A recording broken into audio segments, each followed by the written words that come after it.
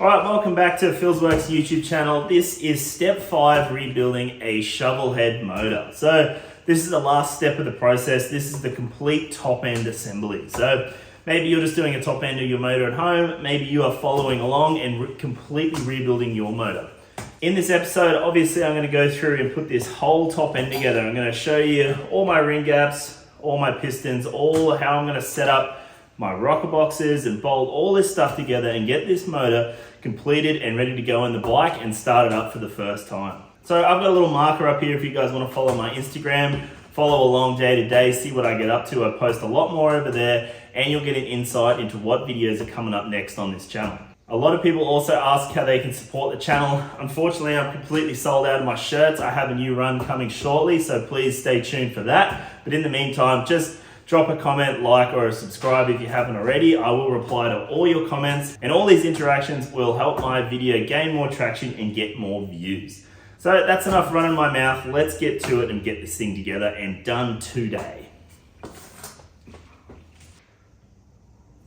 So basically what I want to do, I want to get the heads completely assembled. So all the rocker boxes finished, bolted to the heads, everything. So that when we go and put the barrels and stuff on, when we're on a roll, we can just go through, barrels on and then heads on and then all that stuff, and we don't have to like chop and change, go to the engine, away from the engine, back to the engine, all that. So let's go through and get these rocker boxes sorted so that we can bolt them to the heads. Now, the main reason for a Shovelhead top end noise is your rockers inside your rocker box. Now what I mean by that, I've got a few parts here from inside these rocker boxes because Josh Pretty, my buddy who owns this engine, went through and bought new shafts and rockers for these heads. Yes, all the stuff inside these rockers is rebuildable, but he just went through and bought new stuff. So we're gonna fit all this new stuff and get rid of all this old stuff. So basically, like I was saying, the main reason a Shovelhead has top end rattle is the rockers inside the boxes. You have to shim these things when you assemble them. So this is basically what happens. The rocker is inside the box and it knocks up and down. That is the noise you hear. So basically every single rocker in these has too much play. You basically want these as tight as possible without locking up. So that is obviously way too much. Basically what's happening, because the push rods are on a bit of an angle, every time they push, they sort of push the rocker to the back of the box and make it knock. And then on the way down, the rocker sort of pulls back. So because it's in the ball, it sort of does this with the rocker, and that's the noise that you hear. So not much point measuring this and trying to work it out because I'm going to put new stuff in it anyway. But before any of that, I want to go through and give these heads a bit of a spruce up. Because this rest of this motor's all been vapor blasted, looks super nice, the heads look super ratty. So what I'm going to do, I'm going to completely disassemble these things and give them a polish. So I'm going to show you an easy way you can just polish these at home. I'm not going to go crazy and go a mirror. I just want to go a few shades up and make it nice and shiny, basically. Not polished like mirror finish, but you know, just a bit of pop about it so it doesn't look old and shitty like this. So basically I want to completely disassemble these because we're going to have to clean them afterwards because the polishing stage is super dirty. So you can't just assemble these things and then polish them and then put them on the heads. They have to be cleaned again. You got to clean all the inside because the polishing soot gets absolutely everywhere. So let's just go through and disassemble these rocker boxes. Basically the way these things work is this shaft sits through your rocker box like that, and the nut on the back is what locks the shaft in the rocker box. So you've got this bit of meat here, and that's where the shaft locks. So what we're going to do, I'm going to show you a little trick way to adjust the float in this shaft. So we need to adjust this distance so that the rocker does not move in there, basically. So, like I said, we'll just completely disassemble these because it's not going to mean much to us because we need to completely put the newer stuff in before we can measure anything and work out what we need to take away. So, just undone the nuts on the back of the shafts, and with a hammer, so with the soft hammer, we can just knock our shafts through like that. See, these are the same. This just has a little oil pressure fitting on the end. I don't like these oil pressure fittings at all, but that's the same stuff. So like I said, that's all old stuff we're not going to use anymore. Old rocker that we're not going to use anymore. but we will have to use this shim here. So these things have already been machined. I'm going to show you how to shim these after I polish these boxes. So I'm just going to go through and disassemble these heads, keep the shims that I need and put everything else to the side. And then we'll have a chat and go over to my polishing unit and work out how we're going to polish these things.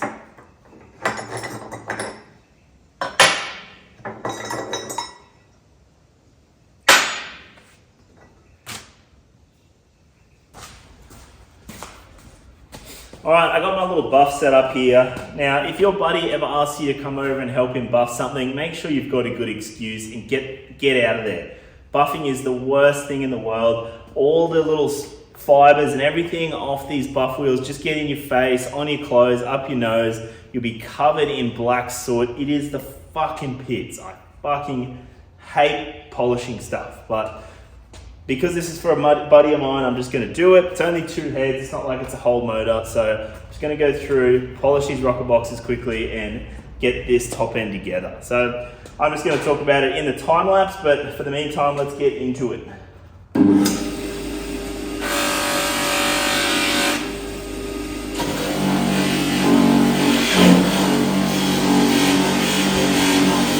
Yes, this is an absolutely terrible job, but it does turn out really fucking nice if you do it right.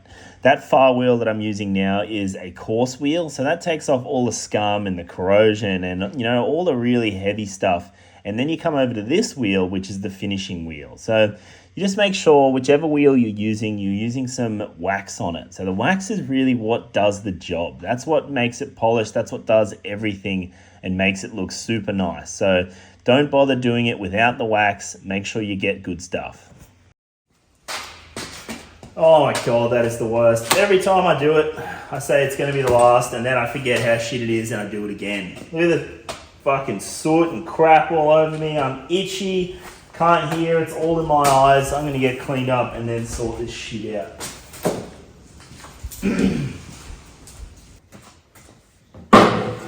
Righto, so I've got myself cleaned up now. I have these rocker boxes all cleaned up as well. I just went through and cleaned them in my diesel bath, got them all nice and clean, got all the shit off them. These are a bit dull because of the diesel. They will polish up and be a little bit brighter yet, but that is more than enough. You don't want to make these look so good that the rest of the engine looks like shit. So make sure you do it in moderation. So I've just found, pretty obviously just bought a whole kit. So it has all the new rocker shafts, has new rockers and all the new hardware. So it even has new spacers. So these spacers are basically what we are going to set our float with. So just real easy and simple. I've already got another video on this on my channel. If you guys want to get a bit more in depth in it, go check that out. I'll put a little picture up here or a link in the description. You guys can go suss that out.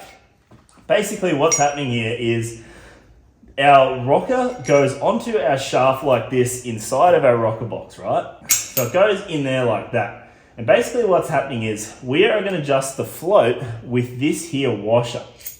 So that goes on there, and when we tighten it all up, see it's got that bit of knock in there. So what we're going to do, we're going to put this spacer in the machine and we're going to machine a little recess. So that little recess will allow this spacer to go past the shoulder that it locks on a little bit, and that will take up the gap, that will take up the lash of this rocker arm. So basically we need to put this in our rocker box, tighten it up with the bolts and everything to the correct torque, and then check our lash. And then we just keep taking a little bit off in the lathe until there is next to none, but you can still move it nice and freely. Now, yes, you can do this with shims, but there is 2 problems to using shims.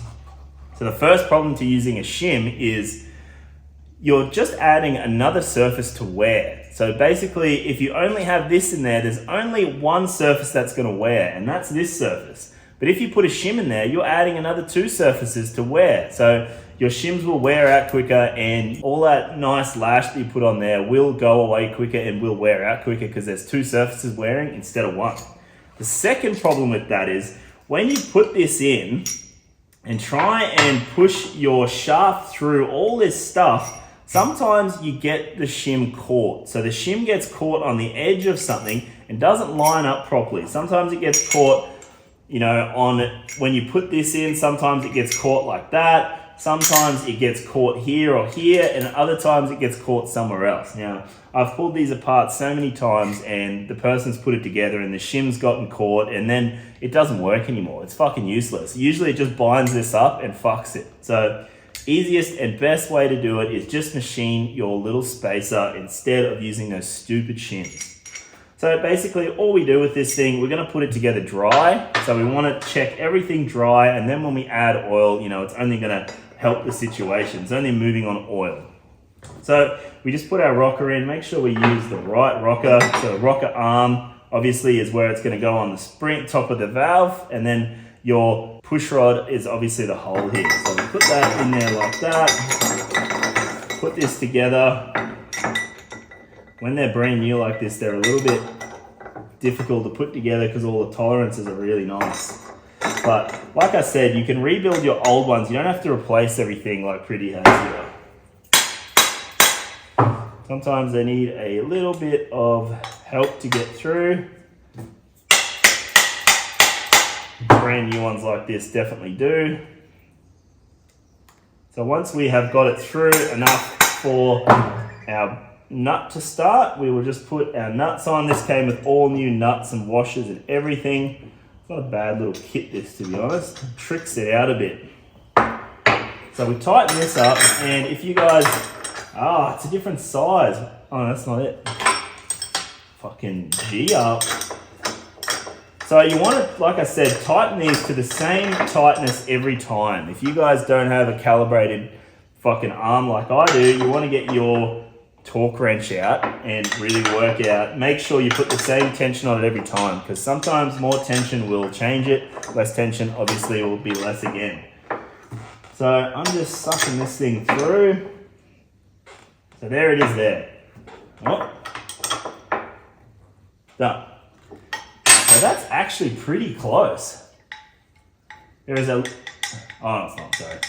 It's just the, how nice the rocker sits on there. So we see we still have a little bit there. So we still have that noise going on. So what we need to do, what you can do, I just guess it usually, but you can put a feeler gauge in there, work out how much you need to take, and then take it over the lathe and take that amount. But you'll find that that measurement where you stick your feeler gauge in is usually not correct, and you usually have to go back and forth a few times anyway. I just like to do a little bit, try it, little bit, try it, little bit, try it. It doesn't take long. So, like I said, we have a bit there. So we take this apart again, and I'll show you what we need to machine to take up that float a little bit.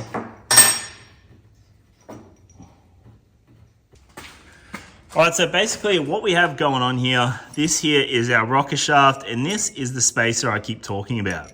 So what's happening is the spacer is hitting up against this shoulder when we lock it in the rocker box, right? So I need to make this distance here smaller so that the rocker does not float in here. So what I'm gonna do, I'm gonna machine a little recess in there, the same thickness as what this is. So our washer just goes a little bit further down. That's exaggerated, but so it just goes over just like that. So all I'm gonna do to do that is chuck it in our humble little lathe here and just use a boring bar and just take a little bit of a skim and just go back and try it, you know what I mean? There's a little bit of a witness mark where it's hitting, which is super handy because I know where to machine it to. So we just bring this in here, set my height of my tool, just like that. Look how fast we're going. I'll go a bit faster.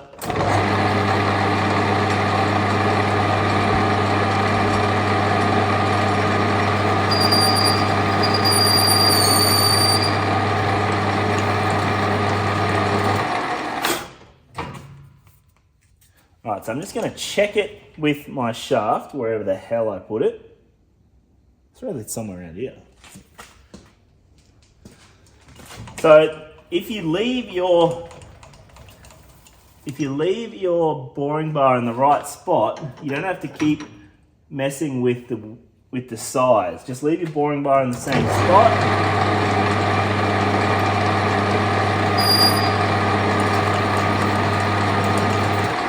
And just move it out, and then you can just try it once like this. Make sure it's big enough, make sure it goes over, which it does. So now we take this back out and we go and try it in our rocker box. So this is what I was talking about. See that nice little recess I've put in there? So that recess lines up with that and makes that distance just that little bit smaller so that the rocker doesn't bang back and forth. So let's go try it. So remember to get all your metal cuttings off after you've done that, so you don't have to clean this again once we've done. We can just oil this up and be done with it. The other thing you got to remember, every shaft has to stay with every rocker and every washer. So all this stuff has to stay together. Once we do this, it's married together and we can't swap and change it. So once you've done one, I like to oil them up and be done with them, lock them up and finish them. Because then we're not, laying it all out, forgetting what goes where and then having to do all this again. So just remember that. They all are married together after you do this. So that's getting a little bit easier to put in, which is nice. Put our washer and our nut back on. Lock this up. Fingers crossed, we're a little bit better. Sometimes if your shaft is spinning like mine is, just get your end. So this is the end that holds the seal in. Just put that in nice and lightly and use that to hold the shaft from spinning. You don't want to just swing off it, just hold it and then you'll get the shaft to tighten up to where you want it, just like that. All right, so now that we've got it all together, it moves freely. See, we still have a little bit of up and down. So I'm gonna go back, do this again, and then I'm gonna show you once I've got it to where you want, what we are aiming for.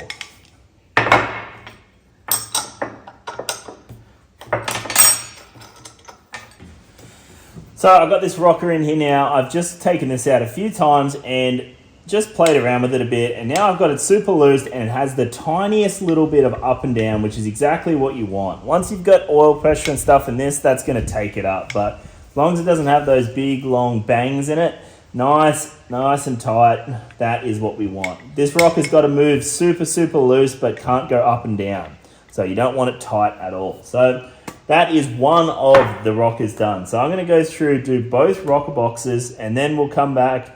I'm going to oil them up, and then when we come back, we'll put the seals in it, and then we'll slap them on the heads.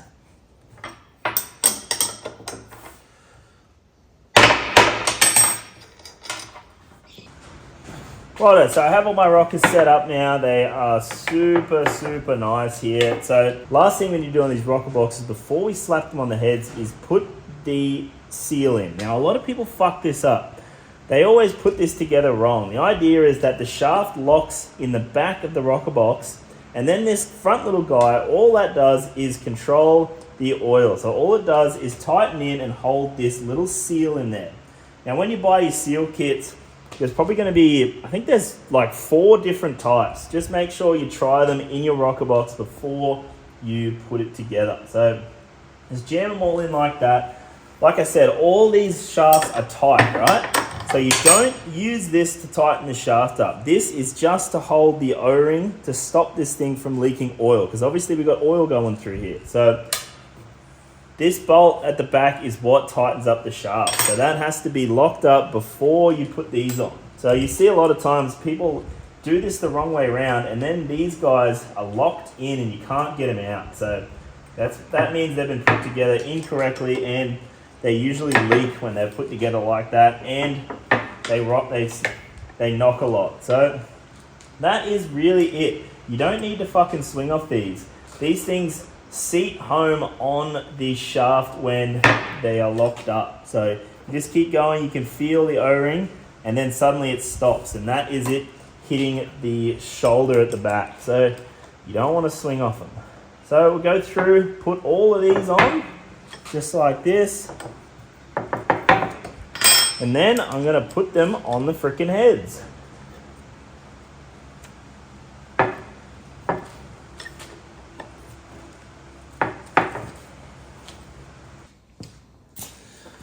Now that we have all our rocker boxes sorted out, it is time to make our rocker boxes with our heads. So basically the way we want to do that is, first thing I like to do is put a bit of anti-seize on these threads here. It's easier to do it now than later when we try to put the nuts on, because it's in an annoying spot and you just end up getting this shit everywhere. So I like to do this now.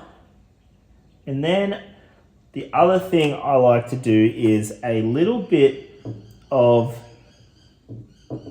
grease on top of the valve. So because we're going to start this thing up and then we're going to have to wait for our oil to get up here and then into our rocker boxes, I just like to put a bit of grease on top of the valves where the rocker arm sits, just there, so that it has a little bit of some sort of lubrication until the oil gets up there. So a lot of you hear me whinge about these James gaskets. They are not my favorites, but this is a gasket set that's pretty supplied, so I'm just going to use it. I prefer Cometic stuff, always like to use Cometic stuff. Now, if you guys have got early style finned heads, sometimes you've got to cut this centerpiece out because it fouls on the fins. Super freaking annoying. But basically we chuck that on there like that. And a little trick we have to do, we have to sit the head down on the rocker boxes, because if we do it the other way around, the arms fall down and get caught on the valve. So we just do this the opposite way around. So we just need to hold our gasket with our fingers like that, put this thing on like this, line up all our holes. Sometimes they're a bit stubborn. Just like that. So now our rockers haven't fallen into the wrong spot. The other thing with these James gaskets is just making sure they're in the right spot. You can do a bit of a move around with them sometimes. So just make sure they're in the right spots. So now, because we've already got our anti-seize on there, we can just go through and chuck all our hardware on.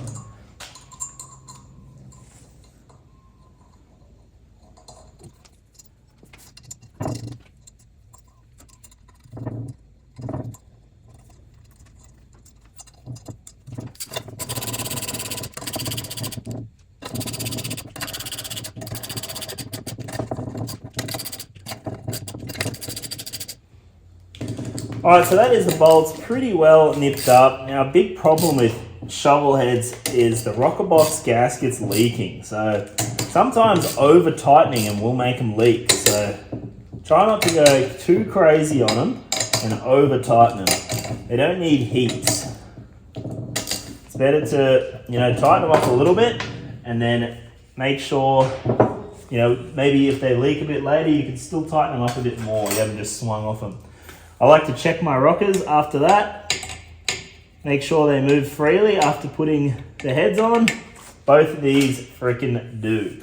So the other thing, just make sure that you put the right rocker box on the right head. You can swap them around.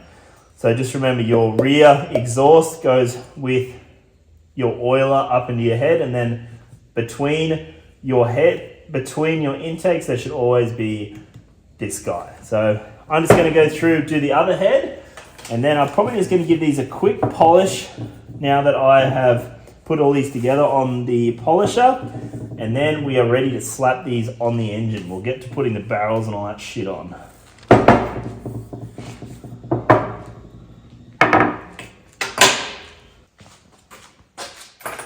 Alright, so I just spent a bit of time getting my ducks in a row, sorting my stuff out.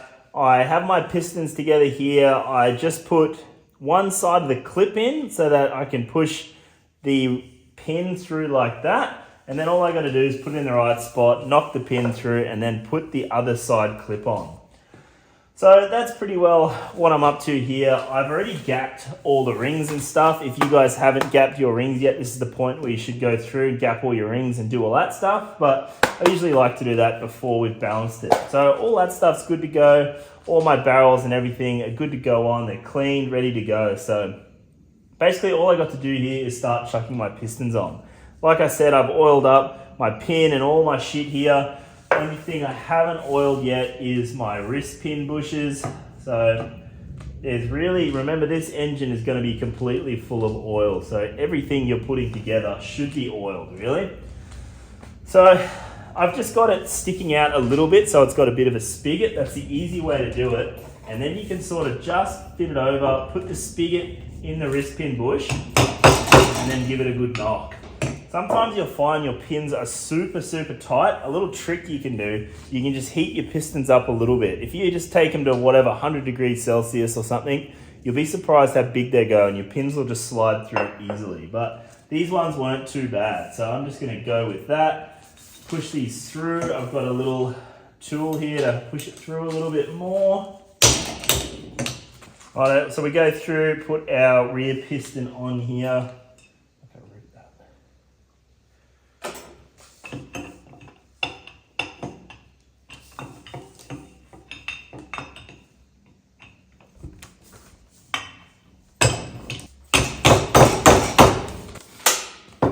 Alright, so when your piston's on, just make sure they move nicely. They should be super free in there. Nothing should be tight. So I'll go through now, put these clips on. These things are super fucking annoying to put in. Little trick, put a rag over the holes in your barrels, just like that. Because if you flick this off and it goes down there, you've got to find it again. You can't put this engine together if that's in the bottom of it. So little trick, I've done it before. We've all fucking done it. Put a rag over the holes so you don't lose your clip down there. So these clips are super annoying. You can do a million of these things and I swear you don't get any better at them. They are so fucking annoying. But unfortunately, they work really well. So I'm gonna go through, say some swear words, put these in, and then we'll come back when we are ready to whack our barrels on.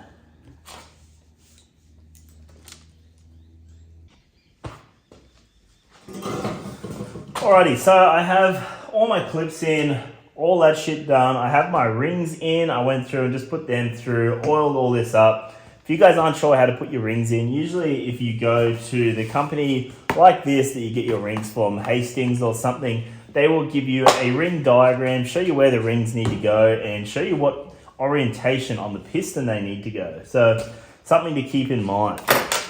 So I always like to start with the rear cylinder when I do this stuff. Rear cylinder is easy to tell because it has a larger base. The front cylinder has a smaller base to it. So I'm just going to go through quickly. I want to just clean up the base area where my base gasket is going to go. So I'm just going to go there, clean that up.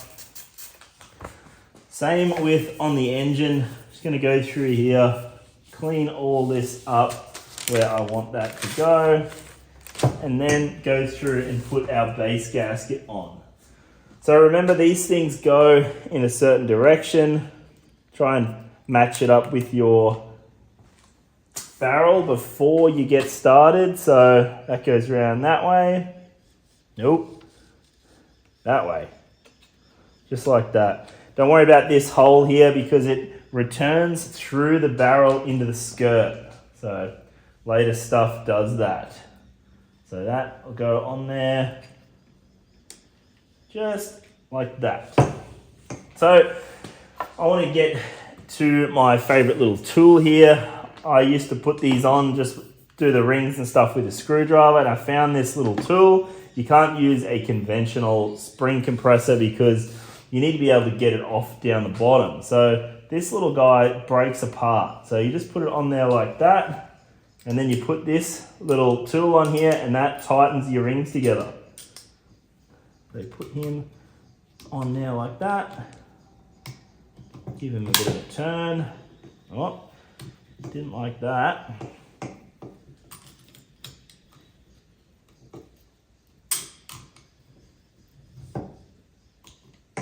There we go. And then obviously I've cleaned my barrels. Just going to put a bit of oil in the bottom. Not too much because we will wipe it out later anyway. You'll be surprised how little oil these engines need to run. So make sure she's round the right way. Oil it back just like that. Oh, this can be a little bit fiddly. If you've got someone to help you, that is always the best. But I might have nailed this. I did. So take this guy off. feed him around. Oh, come on, mate. Just like that. Go easy, would ya? You're not going to see it where it is, so... Fucking hell, how good's V-twin stuff these days? So before we put any hardware on, I want to go through and put a bit of anti-seize on here. Always anti-seize these bolts because they cop all the weather, eh? If you ever want to get them off again, this is the stuff to use. So I'm going to go through, I'm not going to swing off these bolts. I'm just going to put them on there pretty firm and then go through and we will do the same to the front cylinder. So these are the little pads on a later style guy. It's got a little triangle and a short nut. Your early stuff is just a long nut with a spring washer. So this is a later style. You can buy all these things. You can buy the early or late style. It doesn't really matter. They're both as good as each other, really. The only ones that I like to change up, if you're buying new head bolts, buy the later style 80 cube head bolts. Instead of a 9/16 wrench, which is super hard to get in here because the barrel's so wide, you can put a 7/16, which makes life way easier. So if you're going to change them, go the 7/16 route, which is the later style rather than the early style.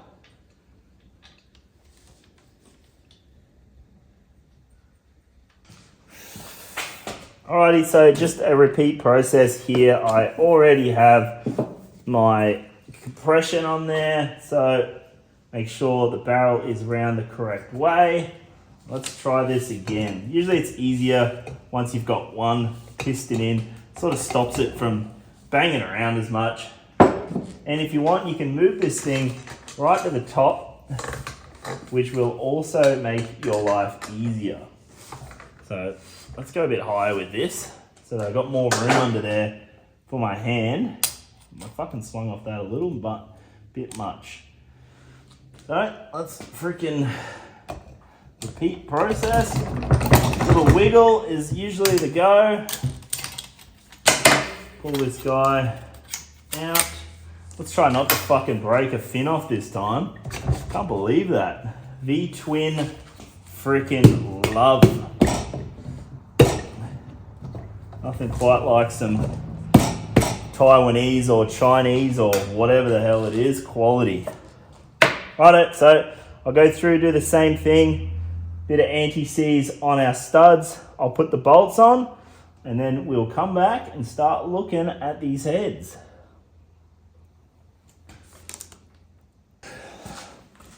So once you got all that buttoned down, I like to put a nut on the crankshaft, right? So you can put your trusty old ratchet on there and just turn this thing over. And what I like to do, I like to turn it all the way to the top. Make sure the thing turns over super nicely. Piston should have a bit of movement in there because they're gonna get hot. Just go up and down with it. And then I like to clean the oil ring off. So it'll push all the excess oil to the top of the barrel that the rings don't want. And I just like to clean that off because if you leave that in there, you know, you've got a brand new set of heads, you've just fucking done the heads, you've just done the whole lot, and you'll just fill the whole thing full of carbon again. Your pistons will be, you know, covered in carbon on the top, your exhaust pipe will have oil in it. It's just nice to give it the best chance possible. So, no, so you just turn it over a few times. Pistons don't come really high in the dome, so I don't expect this thing to have a lot of compression. I didn't measure it this time, but on my swamp shovel series, that'll be another motor, another shovel head I got to put together in the near future. I will be measuring my compression ratio. So I have another video doing that already. So if you guys are interested in how to measure your compression ratio, jump over and take a look at that. But basically, we just want to turn this thing over, make sure it's nice and linear. There's no fucking knocks. You want to make sure your pistons aren't hitting your flywheels. And then we are good to go on to the next step, which is going to be chucking our heads on. So let me get my shit together and we'll chuck the heads on this fucking thing. Alright, so let's go through and slap these heads on. Doing this is pretty straightforward. I've done this a million times now on my channel, so I'm starting to sound like a bit of a... Oh shit, I'm running out of degreaser quickly. Starting to sound like a bit of a broken record, but basically all we got to worry about when we put our heads on is that we put our head gaskets on and line up the drain holes on pan heads or something like that, early pans. You've got oil coming up here as well, so you've got to make sure you line that up too. But on shovel, we only have to worry about our drain holes. So what we're going to do, we're going to stick these heads on. I always like to start with the rear, because the rear, if you're in the bike, if you're doing this in the bike, the rear is always the hardest. So I like to start there. So I have all my bolts here. My bolts were pretty nice, so I ended up just going through and wire wheeling them all, and then I've just got some fresh anti-seize on there. So these bolts are going to be super nice in there. So what we want to achieve when we do this, right? We want to put both heads on loose. See how we've got a bit of knock back and forth there? We want to put both heads on loose, and then we want to put our manifold in here, and then clock the heads so the manifold lines up the best. Now, shovel heads have the most annoying manifold gaskets that always fucking leak.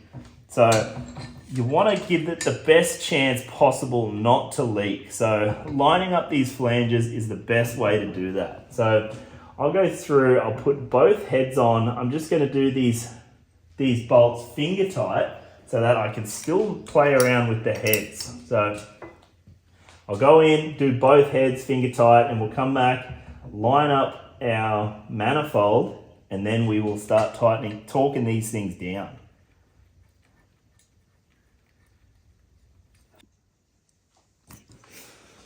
Alrighty, so both heads are on here. I can still clock both heads just a wee bit, and I have my manifold here. I probably should have blasted it with the heads, but I'll give it a good clean up anyway. So what we want to do, we just want to jam it in there and have a look. You want to make it flat on both sides. So you basically want this thing to just go in there nicely and be flush on both sides. You don't want to have it, you know, cocked one way or something weird going on, because it's just going to make it fucking that much worse when you try and put the clamps on this thing. So somewhere there looks pretty freaking good. So I'm going to lock these down there. I usually like to lock two opposite bolts and then have a look at it and see sort of what it looks like.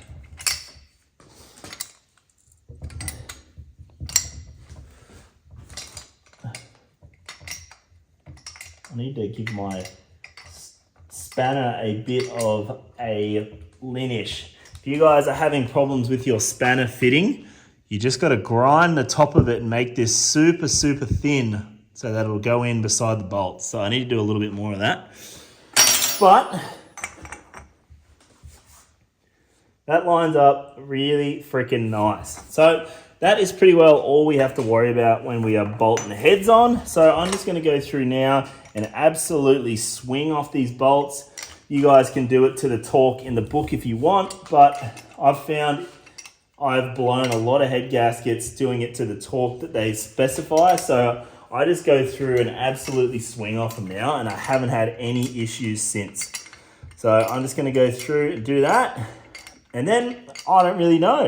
We'll probably come in and start putting some push rods and stuff in, get all that timing and stuff sorted, and then we're looking pretty well home stretch, I reckon. A few little oil lines and stuff as well that I haven't put in, so we'll do all that.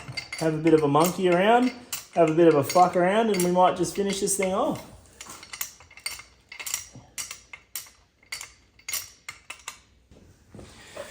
Alright, so I thought I'd attack the oil because every time I turn this thing over, it just pisses oil out my head oiler. So let's go through and put our oil lines in. They're pretty freaking simple, really. It's just a couple of stupid little oil lines like this. They only go one way.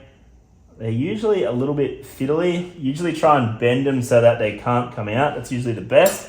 But let's start with the easy one first.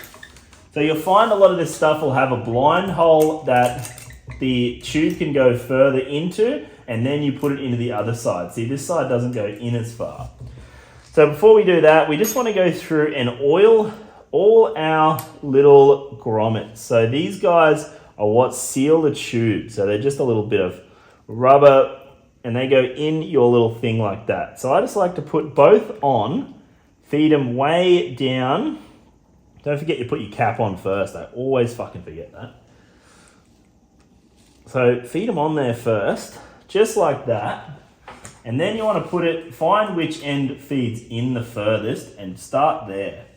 Sometimes you've got to give it a little bit of a knock, just like that. And then you want to start with one side. So these things are super easy to, not do right and get them to leak. So you just want to push this thing all the way to the end and then push the rubber in, then put the cap there. You want to tighten this side before you even start the other side. Otherwise you'll pull this side out and then it'll freaking leak. So you want to tighten this side up, like I said, before we even start the other side. We want this side to be locked in hard against this shoulder here. And the trick to these is don't over tighten them. So you want to just do them firm like that. And then when you start this thing up, you've had to have a bit of a leak, you can go a little bit more because you can over tighten these things. So just bear that in mind. You want to have a little bit left when you start it to tighten it up if you need to.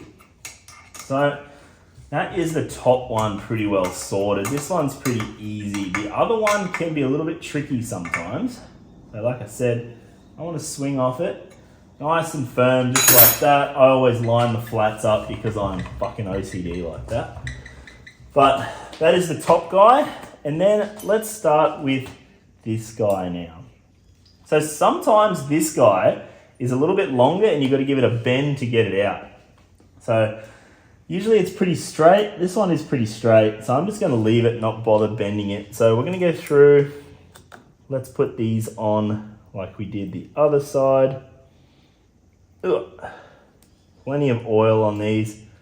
It's going to help them find home. If you don't put the oil on, they sort of grip up and don't seal properly. So this thing can go either way. There's not really an up and down on this thing because it's sort of bent in the middle. So you can go sort of whatever way with it, whatever sits the best, I find. That looks pretty good. What I like to do is push the rubbers to where you want it to be. So leave the caps out of the way.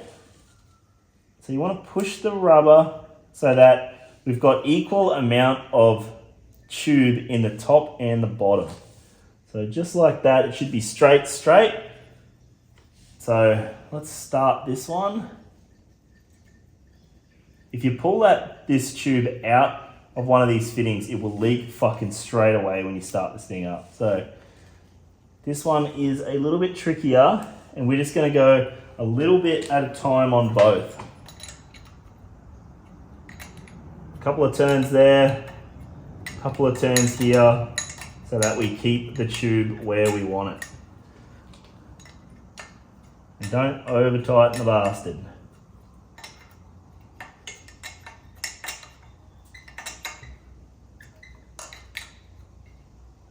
Sweet. So now we've got our tubes in, I'm just going to give this thing a bit of a turn over. So you want to turn it over because I've had instances where someone might have decked the heads too much, someone might have decked the barrels for some reason, it's something funky going on and the pistons actually hit the heads. So you want to turn this thing over and make sure you don't have any sort of contact like that. We are sweet here. You can put your thumb over the back.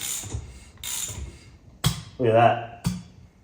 Plenty of compression. We have an engine. So that's sweet. Oil line's done. The next thing we need to do, and pretty well the last thing we need to do to sort this engine out, is our push rods and stuff.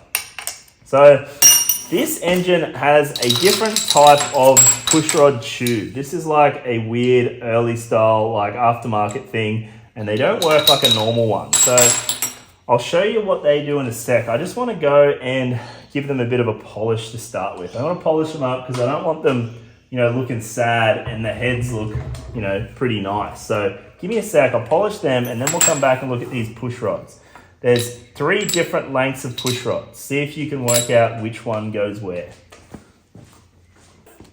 Alright, so first thing we want to do before we worry about any of the push rods and stuff, I like to sort out the gaskets first. So these are the cork style gaskets that are going in here. Now you need to make sure that your push rod tubes are the right ones for the gaskets. So you get push rod tubes that are meant for O-rings, and then you get push rod tubes that are meant for flat cork gaskets like this. So best thing to do with cork as well is to cover it in oil before you put it in. The cork will absorb the oil and it will actually seal better. So I like to just chuck them in a little oil bath like this, put them where they need to go. So there's a larger cork guy for the lifter blocks, and then the smaller one goes in the top, in the head. Now you'll see there's 4 extra here, and that is because the push rod tubes, a standard style push rod tube, will run these in it. But because we've got these fancy guys, they will not be running it.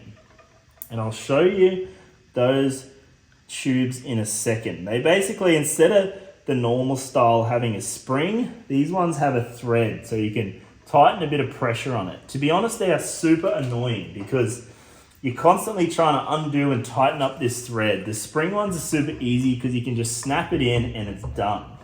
I'll show you why these ones are a little bit more annoying when I get to it. So hopefully you guys have had to think about the push rods. So we've got 3 different lengths of push rods. So sometimes you have 2 lengths and sometimes you have 3. So I've got 3 here, and the reason for that is both of our intakes are the same length.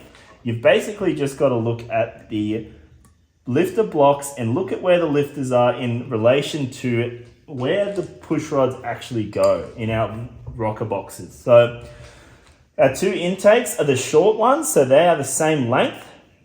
The next longest is our rear exhaust, and then the longest of all is our front exhaust. Look at it all the way out here, and it's got to go all the way over here.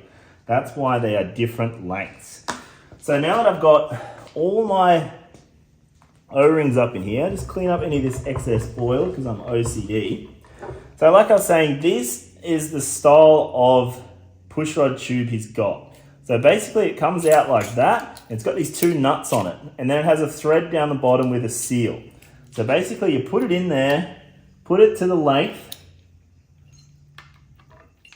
come on, and then you start one of these threads, and then you can tighten it down and push pressure above, and then the top nut is just a lock nut.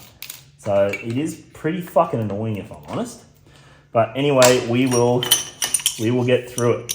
So push rod lengths. So I like to put them together from shortest to longest. So there we go. So the 2 shortest are our intakes. So I'm probably going to start with them because they're on the inside. It's easier to get to. So I just like to, bit of oil top and bottom. Make sure that you are putting them around the right way. Sometimes your radiuses are different.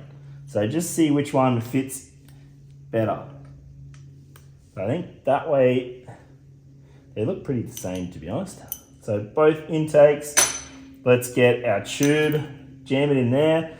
This one looks like it's down, so I'm going to put that one in there. And then I'm just going to screw my lifter up so it just holds my push rod in position, just like that. And my rear push rod is up at the moment, so I'm just going to rotate this so that it's down on the base lobe, and that's where we want to put our rod in. So once again, put this in here. Oh, have I got a, is that half? Yes, it is. Oh, that's tight. Why is that so freaking tight?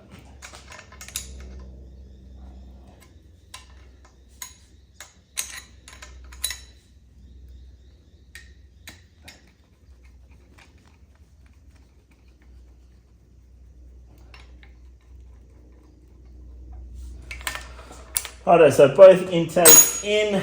Now let's put exhaust. So remember, the front exhaust is the long guy. So let's put him in first so we don't get messed up.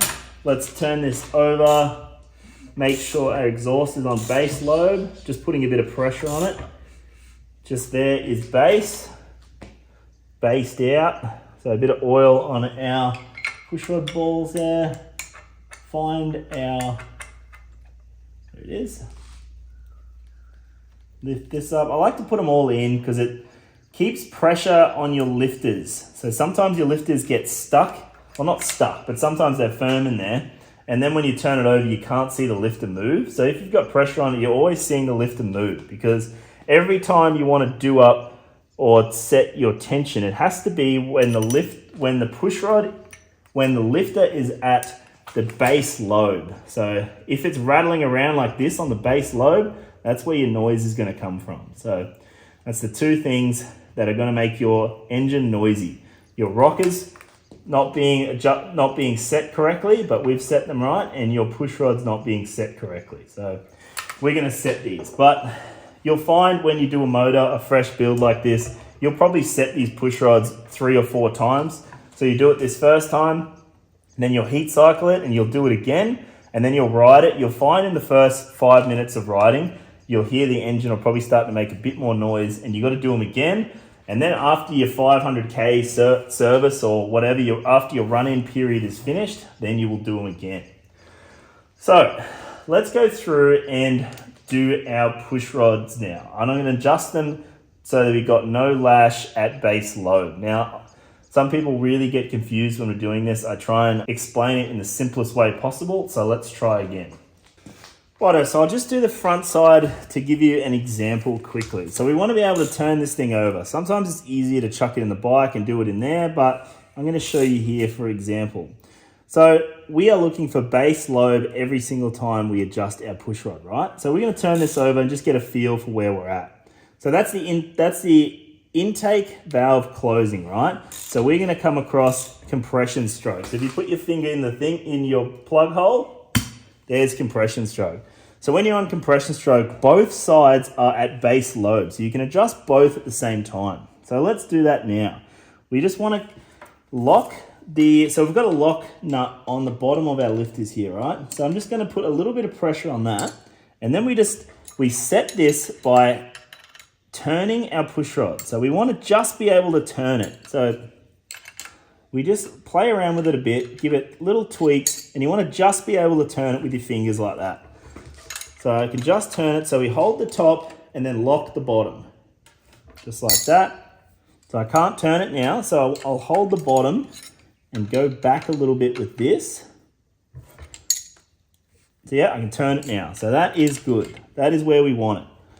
I don't really go too crazy on the first time doing it because, like I said, this changes really quickly when all the gas gets compressed, everything works out where it wants to be and all that shit. So just do it roughly on your first one. Doesn't have to be crazy. So let's do this one too. We just go up a bit, take up the slack. So then we hold the top. I'm trying to do this without getting in your way. And then we tighten the lock nut. So I'll give that a little bit of a tighten, not crazy. Try it. Can't turn it. So we'll just go back a little bit. Is that the right way? Nope. Which way? Is that right?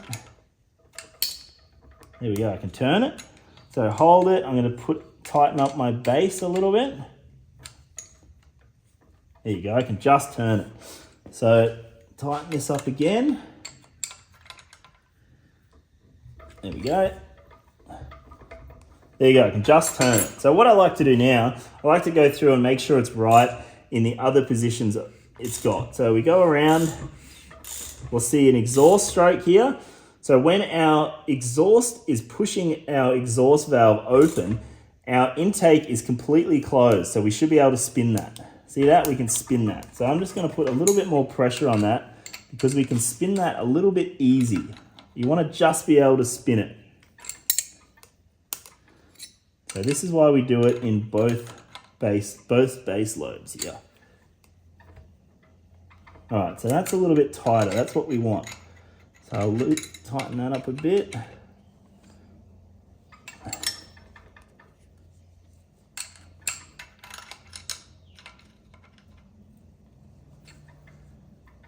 All right, sweet. So that is just moving. So let's keep going. So you see this one is, our exhaust is starting to come down and our intake is starting to come up. So once the intake's on its way back down, right there, we know our exhaust is completely closed. See how it's gone loose? So we'll just fix this up, tighten this up a little bit. It's a bit loose for my liking. Still loose. This is why we do it a few times to make sure it's right. There we go, just turning it. So let's go around and just do it for, so this will be compression. Put your finger in the hole. Nope, it's intake stroke. There's exhaust. So our intake is good. So that's got a good amount of drag on that. So that's good. Other way around. Wait for the intake to start to close. Now the exhaust. That's perfect. So that is where I want my push rods set. Now to adjust this, all I do is put that the whole way up. Screw this down, get a bit of pressure on it, and then use the lock nut to tighten it. I don't actually know what size this is. I haven't got my spanners out yet, but tighten her up. I don't know how much pressure to put on either. I'm just gonna put a bit, and then if it leaks, I suppose I'll put more. But I'm gonna go get my spanners, tighten these up, and then I'm gonna do my rear cylinder. And then we are pretty fucking sorted out here. That is pretty well this engine done. I have to do some little things like put the carby on and, you know, put the charging system on, but, you know, that's really got nothing to do with building the motor. So we are pretty well there.